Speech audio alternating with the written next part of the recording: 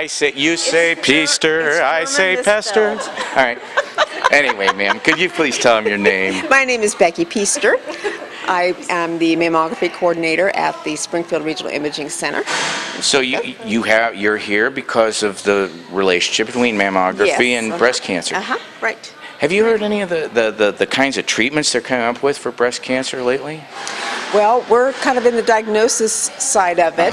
You know, we hear patients, and I know the medicines are much better, you know, much better. So, you know, we see lots of success with breast cancer and the treatments they're doing now. We have lots of survivors. There are a lot of genetic markers for breast cancer and that sort of thing. And also, would there be some other kinds of things, like, for instance, artificial estrogens and that sort of thing that might be contributing to the that might be a better question for the nurses. We deal with the mammograms and taking care of those. So you know cancer when you see it? Yeah. Okay. Well, that's also the radiologist's job too. So you know, you have to be experienced. Well, it's starting to sound like we have a whole team involved here. Is that, you do. It takes us all. I get it. It takes us all. Okay. We find it and they treat it, and so that's how it works. Thank you very much for your help.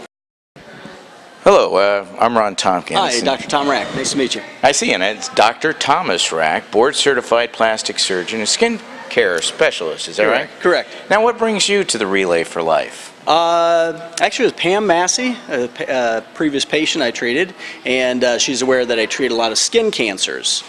Skin cancer being the most common cancer in America, fastest growing cancer in America. It's really an epidemic at this point, and we see a lot of them. Why is that? Probably a combination of things, probably the most prominent thing being sun exposure. Yeah, so like, is there actually like more UV coming in than there used to be when I was a kid? I'm not sure about that. It's probably about the same, but people are living longer, so we do see a lot of skin cancers as people are live longer at age. But there's definitely probably more skin showing, and again, tanning booths being very popular. The culture of being tan is a healthy look. We're trying to kind of combat that and fight that because, again, it is rising even in young people. So I get it now. So the current trend for like having a tan and having that as sort of a symbol of class and health, as opposed to like milky white skin, which in the 18th century would have been the indication of someone who didn't have to labor in the fields. You're probably right. Now, do you practice around here? My practice is in Springfield. So, but I do treat a lot of people from Urbana as well. Now, what if you had one simple thing to say to people about determining whether they could possibly have skin cancer? Right. What would they look for? Well, the things that people have to realize, there are different skin types. People that are very fair-skinned, blonde hair, blue eyes, the redheads, people with the green eyes, there are different skin types. Certainly, redheads or blondes with blue eyes, those people are much more prone to get skin cancers than, let's say, a Hispanic person, an African American, a Greek, Italians, you know, Mediterranean look. And so, especially if you're one of those fair-skinned people, blondes to blue eyes, you have to use more protection than maybe your friend who doesn't have to use so much. But you know, there's no way to get around that. If you are fair-skinned, you've got to pay attention because certainly those people are more prone to get skin cancers, although it occurs in all races and all types of skin. But there are a lot of fair-skinned people who, because they're fair-skinned, they're trying to compensate and they always want to have a tan, so they go to the tanning booths, and those are the exact people who probably get harmed the most by those type of rays. Well, I noticed you're fair-skinned. Relatively fair-skinned, yeah. How did you get into this area of work? Well, you know, plastic besides surgery. Medical school. Right. Well, I never imagined that I'd be doing this many skin cancers. But in plastic surgery, we do a lot of. There's a lot of crossover between dermatology and plastic surgery as far as certain things to do with the skin, especially with skin cancers, because most skin cancers need to be treated, or probably optimally treated, with surgery. In other words, we're taking maybe a dime-size hole, a nickel-size hole, a quarter-size hole out of somebody's face or arm, and at that point, sure, getting the cancer out is a priority, but then we have the second priority of closing the wound, and number 3, making it look attractive. So that's where the plastic and reconstructive surgery comes in. We're reconstructing the open wounds that are left by the cancer excisions.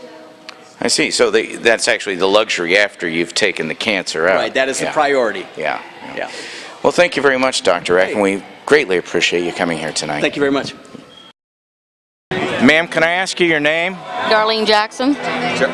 Jackson. Darlene Jackson. Darlene Jackson. Now, I notice you have Derek's team here. And what does Derek's team stand for? My grandson Derek is a twin, and he had an osteosarcoma.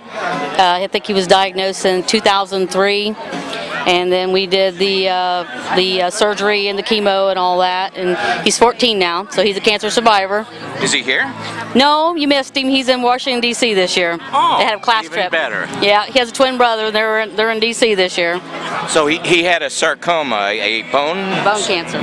So you caught it in time. You've been through a lot as a family, I would assume. Oh yeah, he had the limb salvage that they do with the osteosarcomas, where they do a titanium implant. He had that for a few years, and then Derek is such a busy little boy. It didn't work out for him, and he had a amputation in July 30th of last summer, and he's out on his prosthetic, running everywhere, and getting ready to play baseball this year, first time in 6 years. So we're excited. So I guess you're kind of torn, you know, as a grandmother, you know, you're probably very sorrowful that he had to go through it, but you're probably very proud of him, aren't you? Oh, absolutely. And matter of fact, he told me just a couple months after he lost his leg that he didn't miss it. So he just took right to the prosthetic. He really does. He jumps and does everything. Like I say, he's going to play baseball, and he's doing weightlifting for football. He's just a little fella, but he's going to try it. Thank you very much for taking the time to talk to me, and thank you very much for sponsoring Derek's team. And I want to introduce my little Cinderella, which is Paige Stewart, to the stage.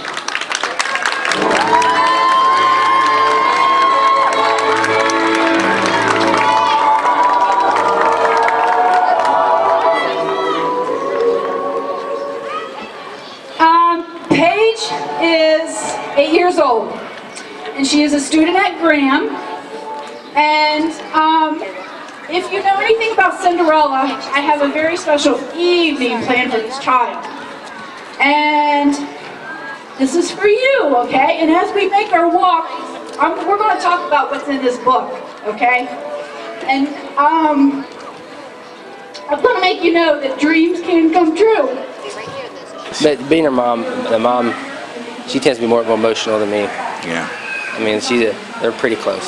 The Paige and her mom's pretty close. Yeah. And so now Paige is going to do this makeover thing. Yeah. Now, I'm just wondering, was Cinderella Melissa's idea, or was that? No, Paige likes Cinderella. Does she really? Yeah. Okay, so this is a good. Yeah. Okay, Yeah. great. All right, so I guess we're going to be seeing her made over in just a few minutes, right? Yes, hopefully. Okay, well, it's exciting. Yes, it is. Thank you.